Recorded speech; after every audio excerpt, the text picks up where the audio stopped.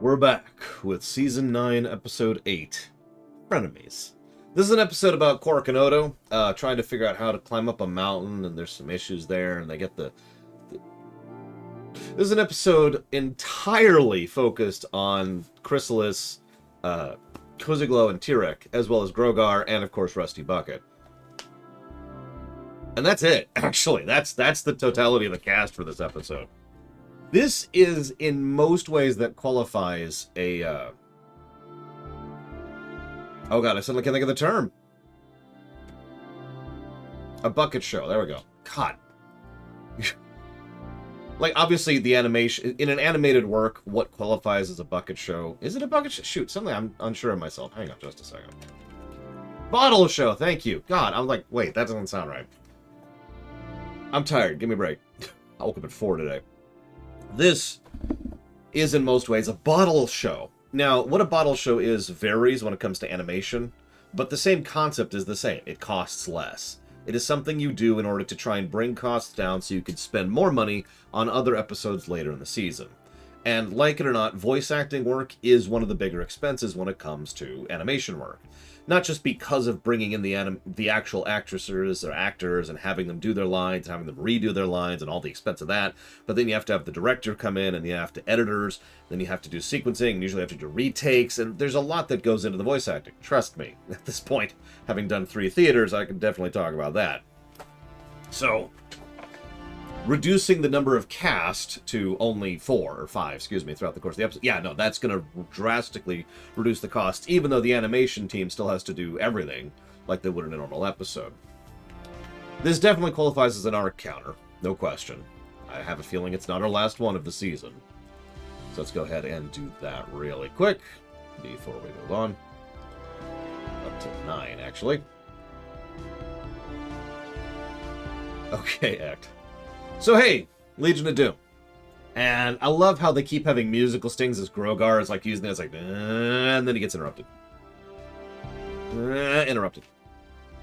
Interrupted. Can't get anything done. Learn to work together, damn it. I love how childish and hypocritical all 3 of them are during this entire sequence. Because all 3 of them are doing the same thing, they're just doing it in their own unique ways. They all insist that they should be in charge. They all insist that they're better than the others, and they all consistently blame the others. Oh, gotcha, Act. Got it. Now, what's funny here is Koziglo's the only one trying to work together with them, but it's mostly because she's the only one who actually understands the power of friendship. Meanwhile, Chrysalis is talking to a chunk of wood. Haha. Now, naturally, Grogar left Koziglo in charge. Yeah, no, Cozy isn't actually trying to... So I'm getting ahead of myself, but Koziglo is doing the same thing the rest of them are. She's not actually interested in working together. She's interested in being on top. She's just doing it in her own way. Chrysalis just yells. Tirek just yells. Koziglo tries to manipulate, but all 3 of them are trying to be on top. I do love how she convinces all of them to go to the meeting, though. She irritates Tirek into submission, which, if you pay attention, is almost exactly the same way that Pinkie Pie got him into submission some time ago. And she bribes Chrysalis with cupcakes.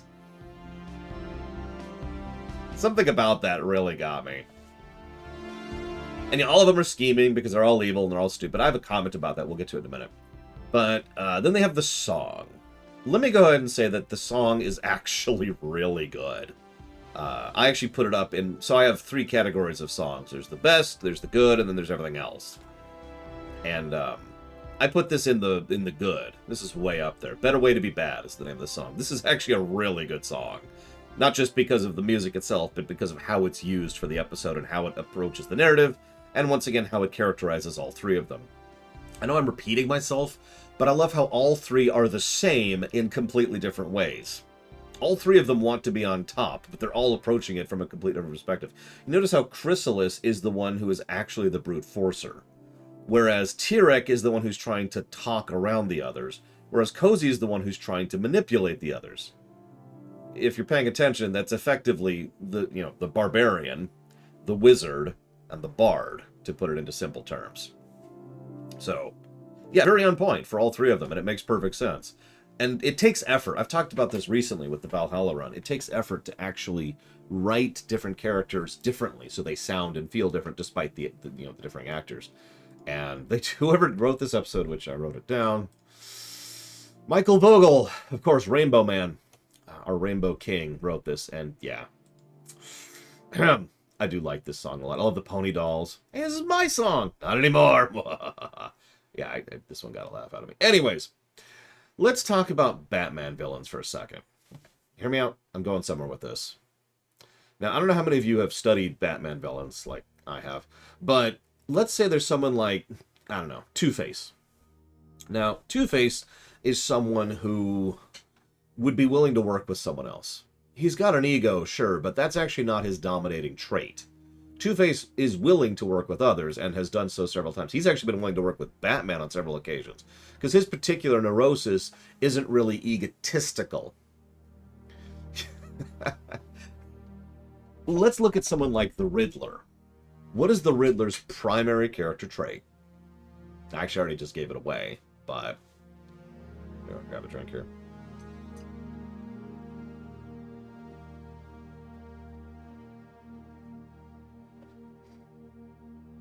I'm actually curious. His pride. Yeah, there you go. I was going to say his ego. But no, the Riddler's primary character trait, it's not the riddles. It's not the overcomplicated things. It is purely he is an egomaniac. Yeah, exactly. The reason the Riddler isn't as much of a threat as he arguably should, because he is a genius in just about every one of his continuities, is the fact that he absolutely has to prove how much better he is. I wasn't even going to bring up the Joker because the Joker varies based on the continuity, but the Riddler is pretty consistent across most works, and so is Two-Face. You see where I'm bringing up these two specific examples, though. Imagine the Riddler trying to work with another group. Now, he kind of can, but ultimately he'll spend the entire time insisting he be in charge, because he's an egomaniac. And every time the Riddler has tried to work with someone else, it's either been he's actually been manipulating them, or he's actually trying to be on top, or he actually is on top. The Riddler has never really worked with another team. Two-Face, by contrast, as I just mentioned, has not only worked with another team, but has done so consistently. In fact, as I mentioned before, he's worked with bats several times. I mean, Hush. That's all I'm going to say about that. Hush.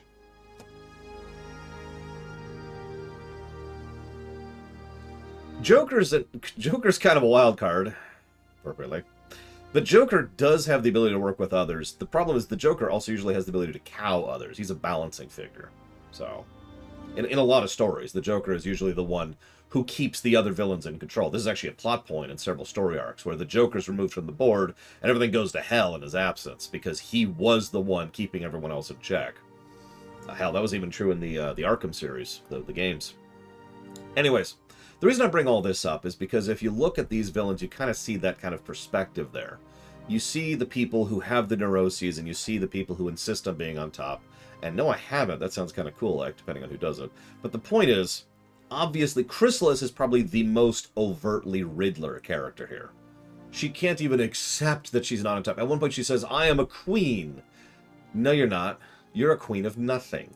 You have no subjects. You have no land. You can't even feed yourself. So, queen of what? Exactly. But her ego is so overblown that she cannot bring herself down from her own pedestal.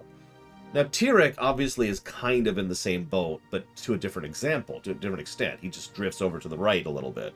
Because he's like, I'm so smart and amazing, and yet he is actually consistently very childish and pathetic. If I was to actually use a Batman parallel, he's the Penguin. He is certainly a smart person, and he knows how to work around things, but ultimately, Tyrek is just kind of... He thinks he's smarter than he is. And while he does have decent plots, they're surface-level plots, at best.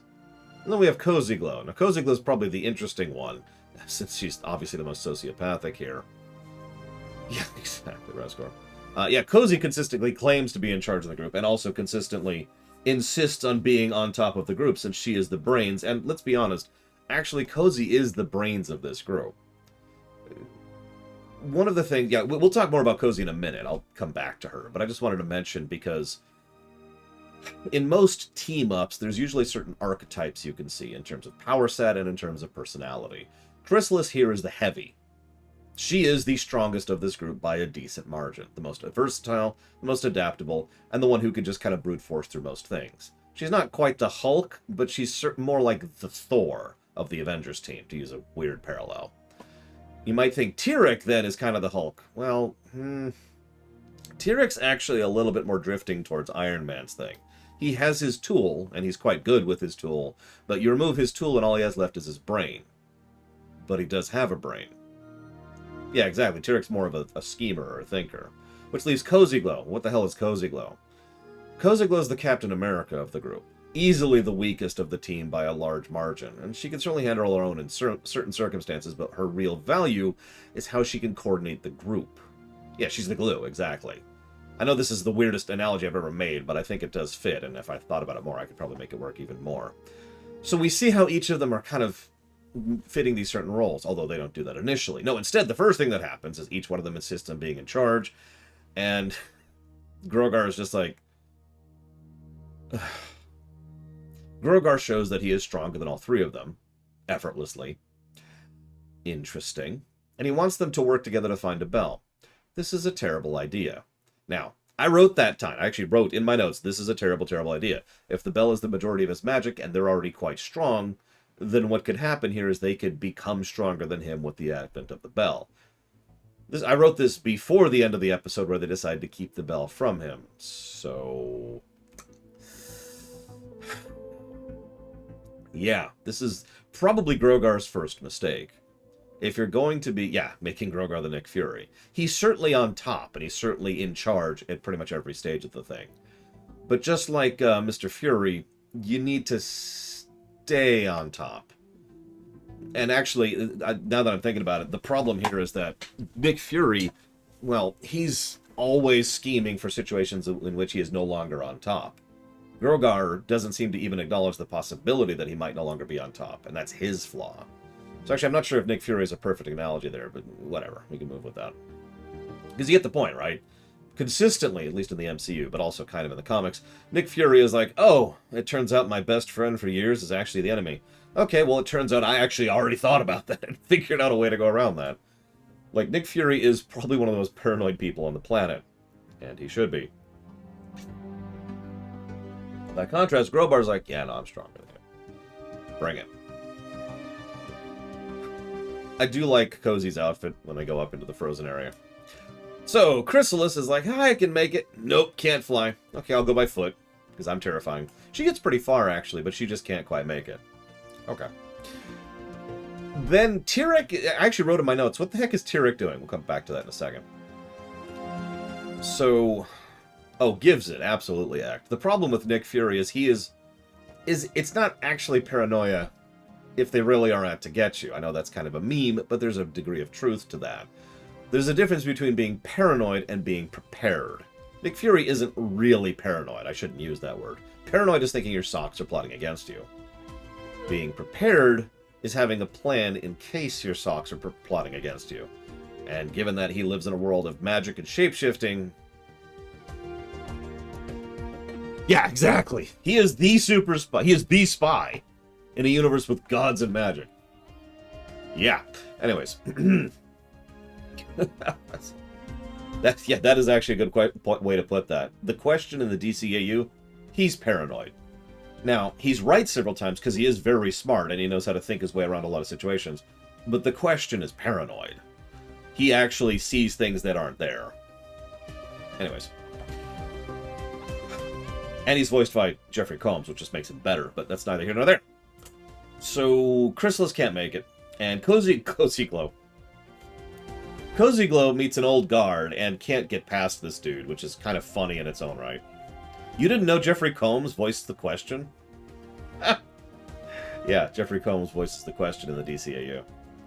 Yeah, you'll notice her fuse has gotten much shorter. Hi, Korgoth. And she reveals it almost immediately, like, huh? What? I love the fact... so naturally she tries to manipulate him, and loses her cool immediately. Yeah, ponies are supposed to... I actually wrote that down. Ponies are supposed to do what I ask them to. That's kind of my thing, okay? Oh, I agree with that, Imperial Star Destroyer. Smash! But what I love about this is he pulls out the friendship journal. He's like, yeah, no, I shouldn't be asked by a friend to do something I'm not comfortable with, which is actually a lesson in the friendship journal. What? Meanwhile, Chrysalis turns into a Doom Gator from Season 2 and a goat from Season 3. And this is when I'm like, what the heck is Tyrek doing? One of the relevant points of fictional sociopathy, or sociopath, no, that's right, sociopathy, is it's not just lack of empathy, it's the fact that they have a severe self-importance, right? They think of themselves above everyone else. I mentioned this before when we were analyzing Cozy Glow back at the beginning of the season, but this is definitely on display now. She really does think about herself first and foremost, and everything else is just in service of that. She is really self-centered. Her line, you know, ponies are supposed to do what I ask them to, that's kind of my thing, is certainly funny, but it is actually how she thinks. I get the very strong impression that long before she ever came on camera, that's been her shtick. That she's just been doing this. Probably since she was, you know, even younger than she currently is. That is a very good question, Darth Medoro. I have no idea. I like to think that Rainbow personally brought one up or something like that, but... Anyways, so that's unpleasant. The rock form doesn't work, and... Okay, so this is when they go back to camp. This is when we find out what Tyrek was going on. Tyrek was just making camp. Now, this is when I make fun of Tyrek. So I've already made fun of Chrysalis. She tries to brute force it. The Thor method. She fails. Cozy tries to manipulate. She fails. Tyrek tries to brain, but he fails too, if you're paying attention. Because his plan only works on the surface level. His plan is, let the others fail, learn from them. Okay. Hang on. Problems. Problem number 1. What if they fail and don't come back? Or actually die? Problem 2. He is presuming that they are willing to share their information with him because he is, as usual, presuming his own self-importance, that they are willing to share their information with him, which at the beginning of that interaction they were not. It was not until they started to bond that they started to actually be willing to share information with him. So he would have failed once or twice based on that alone. Yeah, this is very in character, but that's exactly my point. And, of course, the third problem is he is assuming that they would learn something by their failure, which would be sufficient to enable an actual plan. Scouting and then deciding to do something is a smart move, but that's not what he did. He sat back and chilled, like a jackass, and then assumed that he would get information from the people who were not knowing they were scouting in the first place, right? So you see the problems. All three of them have their own ego, all three of them are Riddlers in their own way, and all three of them think that they're better than the others. This then leads to, well, the first actual bit of bonding between them. Although, before we get into that, I just have to mention, this is not the real me. I'm cute and lovable. Just had to comment on that. No, you're not. You're annoying and you snore. You leave Gram out of this. So, what we see after that is actually kind of terrifying. Chrysalis shows up, pretends to be a sexy serpent, pulls the serpent over, and then eats the love out of the serpent. Now, we've talked about this. She's actually probably starving. She probably hasn't eaten love in quite some time. But we see how a changeling predator works. In fact, if you're paying attention, this is arguably the first time we've actually seen how a changeling would operate as a predator species. Yeah, I know. I can't remember what it's called, X. Forgive me. I just... So, that's interesting. Probably another one of the Grogar's thing, excuse me. She also saves a little bit for the next day. So that's kind of cute. But then they start bonding over their shared hatred of Twilight. That's valid. We've actually talked many, many times across this show about the many different ways in which there are possibilities to interconnect and find common ground with each other. We literally talked about this in the sports episode just last week. Yeah, no kidding, Ross. But here we actually see it being applied. The three of them all hate Twilight in their groups. They all make fun of them, and they all bond over it. And yeah, that is actually a way to bond. that can lead to some toxic unpleasantness, but we are talking about villains here. But in all seriousness, how many of you have ever seen someone in real life bond with someone else over something they don't like? Because I have. In fact, I've done that. I'm not going to name any examples. Star Wars! Oh, excuse me. Something stuck in my throat there. But I can think of examples where people have bonded specifically over something they don't like. Whether it be fiction, or a person, or a concept, or whatever. I'm not going to name examples. Let's just move on. You get the idea. So there's a degree of validity to this. And yeah, of course, Mountain Pony pops out just to say he's okay, just so we know he's okay. So, oh, hang on, real quick. Twilight's expressions, or fake Twilight's expressions, that's actually pretty cool. Ophiatoros. Ah, okay, thank you. Yeah, actually, Shepard and Jack bonding over not trusting Cerberus, if you want to stick with fictional examples, is a valid example there. And I mean, okay, let me use a really, really down-to-earth example here. How many of you... That's funny. Imperial Star Destroyer, I'm sorry. How many of you have ever broken ice in a conversation by commenting on how bad the weather is? This is probably the most bare-bones, basic-level social interaction that I could think of. But it's a good icebreaker, and it's a good way to start a conversation. Ugh. Way too cold lately, isn't it? Or, wish this heat would go away, or, man, it'd be nice to see some sun, or whatever, right?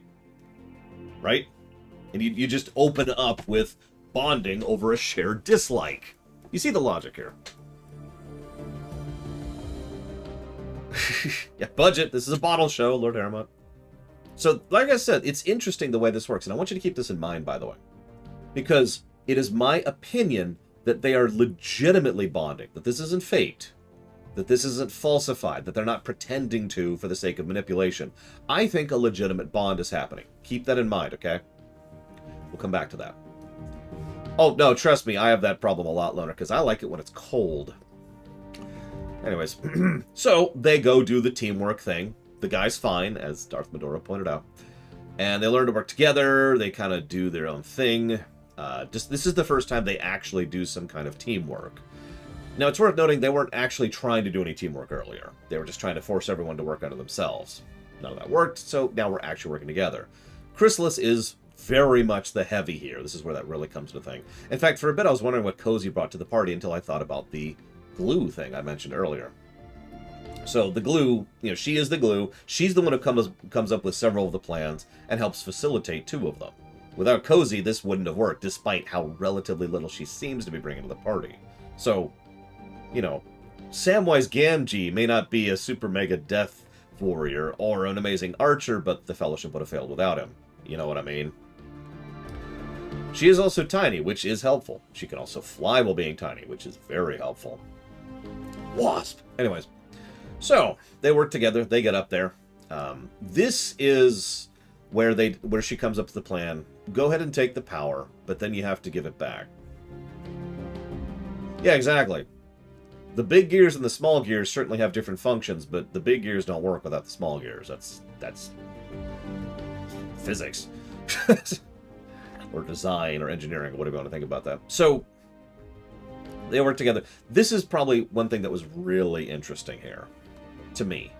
Tyrek absorbs Chrysalis's powers, apparently all of it, and is quite powerful just from that. That's interesting, isn't it? It says something about how strong Chrysalis is. I've always known that she's reasonably powerful, and I've literally already called her the Heavy, but it does say something about the kind of magic that she has. So he powers up. Even that, though, barely opens a hole, and he can only open it for literal seconds. This is when Cozy really comes into play. Even despite the two of them, this would have failed without Cozy here. This is the second time, by the way, if you're paying attention. So Cozy goes in, grabs the bell, rushes out. Then, you know, are you going to give me back my magic? And Tyrek thinks about it for a second. And then Tyrek gives it back. This then leads to a scene which is fascinating to me. I have talked since Season 1 about a concept I refer to as the pattern. Now, I've clarified many times I don't think the pattern is a sentient sapient thing. I think it's a mathematical byproduct. It is the nature of civilization growing as people become more and more harmonic with each other. And what we see here, in my opinion, is legitimately the pattern propagating to these three. As they mention about the idea, well, of course the tree's sentient, but the tree's not the pattern. The tree didn't even start the pattern. The tree is a byproduct of the pattern, if you remember. Anyways, so the three of these actually start to legitimately enjoy the concept of having someone who has their back, of having someone who's there for them, of having that, right? Like, the idea legitimately appeals to them. Now, I was watching this like, because that makes sense. It's the same reason so many villains across this series have been redeemed and reformed. It's because there is a legitimate enjoyment to that for most people. It's why Discord isn't evil, to put it bluntly. It's why Discord fell into the pattern, because Discord does fit in the pattern. Despite being named Discord and being about chaos, he still enjoys things like friendship and coordination and sharing bonds of enthusiasm, right? And yeah, it felt like having a hive again. Yeah, Starlight, Stygian. We have seen so many times where the pattern has been something that people legitimately get into. And if you pay attention, Cozy Glow and T-Rick both are basically completely... I don't know why I said basically. I'm trying to put this into words. Forgive me. They're both completely on board with the idea. Then Chrysalis interrupts it. And I was going to mention Sombra here, because not everyone fits in the pattern. I've actually talked about that before. By logical discourse, by simple mathematical probability, not everyone is going to fit in the pattern. The overwhelming majority will, but Chrysalis doesn't, just like Sombra didn't. I'm not sure about Flim and Flam. That's kind of a separate thing. I don't think they fit either. We've talked about that before. But Sombra didn't fit. Sombra was literally aberrant. We've talked about this so many times. His whole shtick was fear. He was literally the inverse of the pattern. Which, of course, leads us to Chrysalis. One of my favorite scenes of To Where and Back Again, which is a great two-part episode, is when Chrysalis has Starlight reach out a hoof to her. And Chrysalis does seem to think about it for a second, and then rejects it. You remember that? Great scene, first of all. But second of all, it makes so much sense that Chrysalis, who is a sufficiently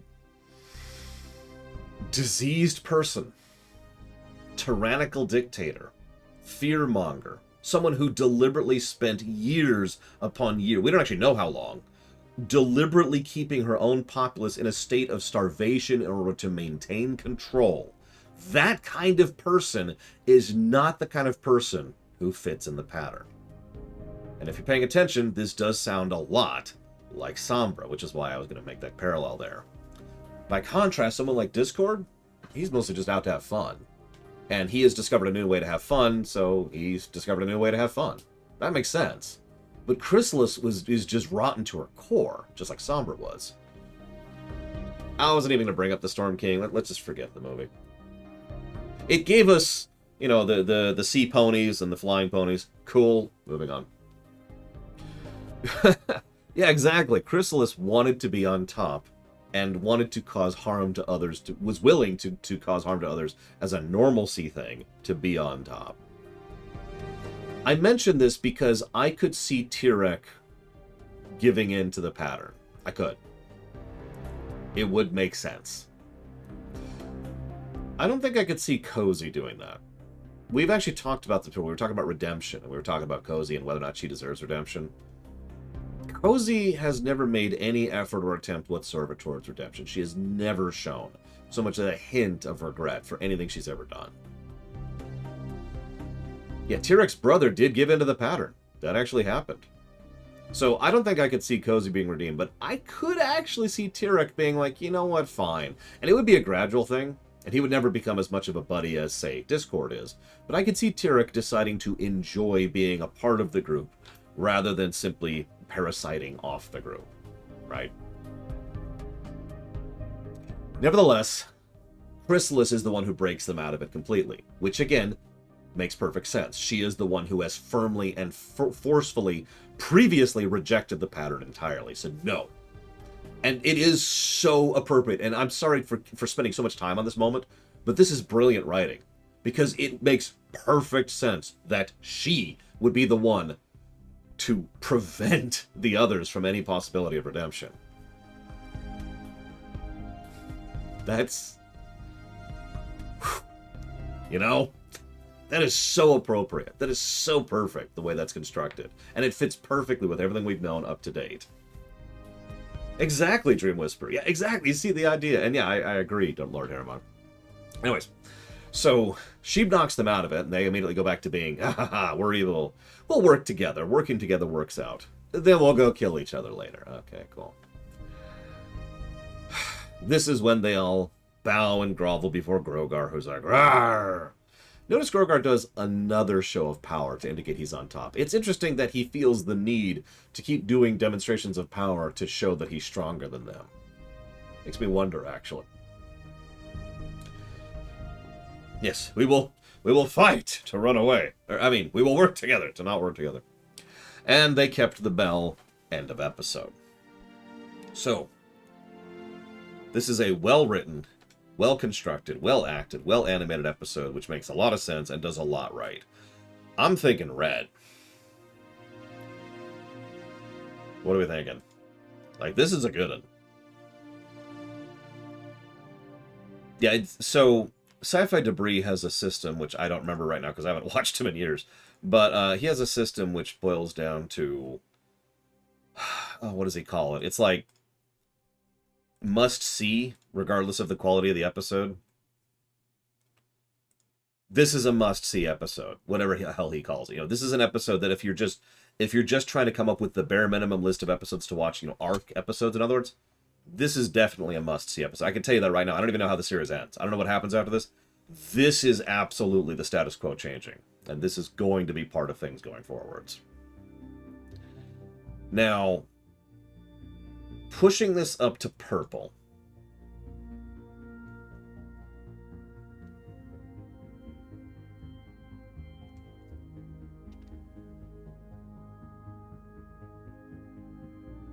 What do we think? What's the extra oomph?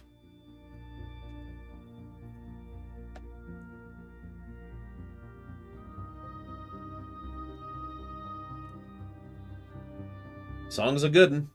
I did put the song pretty high up on my list.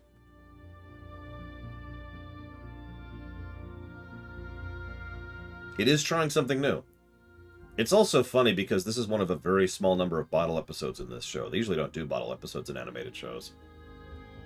Probably because they had a plan for Season 9 and they were working towards something, so they probably knew they would need the budget later on.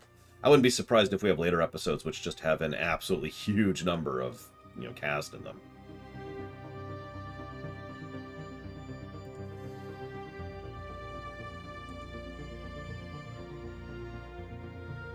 No, I agree, Ross. That's why I'm hesitant. That being said, if I was to argue for purple, well, I've actually already told you what I would argue for purple, because I spent like 5 to 10 minutes talking about one scene. The scene where Chrysalis rejects the pattern. That one scene... That is a damn good scene. It's short, but it's essentially perfect. It also pretty much removes redemption from the board for all three of these. It definitely removes redemption from the board from Chrysalis, assuming it was even there to begin with. As I've mentioned before, I assumed she was past redemption the moment she rejected redemption. Back into where I'm back again in Season 5 or whatever that was. 6? I don't remember. That was a tough one, admittedly.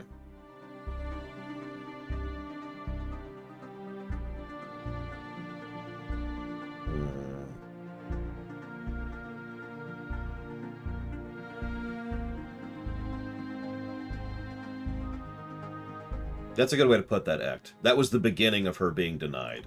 This is the end of her being denied. That's true. There is no redemption for her at this point. Yeah, no, I agree. That's a good way to put that act. This is actually something I talk about a lot as a history geek. You know, when did the Cold War end? Well, it's more accurate to say when did the Cold War begin to end, and when did the Cold War end to end? You get a range, right? And that's our range right there. Same thing.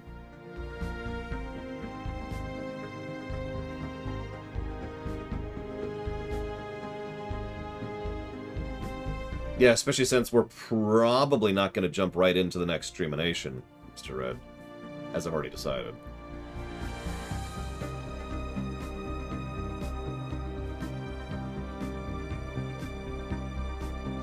That's a topic I don't want to get into, if that's okay, Lona. Let's just leave that alone.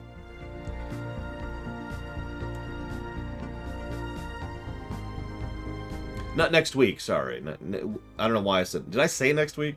I apologize. When we finish MLP, I'm probably going to not do Streaminations for a bit, because I need to focus on streaming. Streaming games, I mean. Because the queue is too big. So, we're going to shift to formally doing 6 days a week of just game streaming. But I'm not going to do that until MLP's finished. I already committed to that.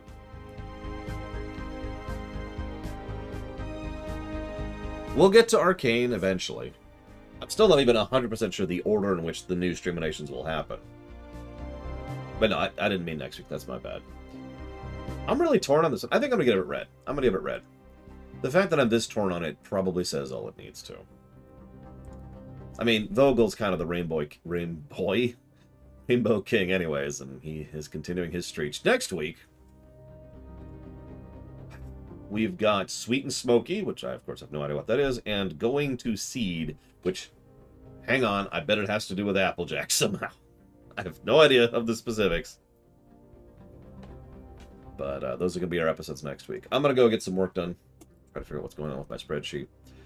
I will, of course, not be streaming tomorrow. We will be starting the Return to Obra Dinn stream Tuesday. So I hope to see at least some of you there. See the rest of you next time.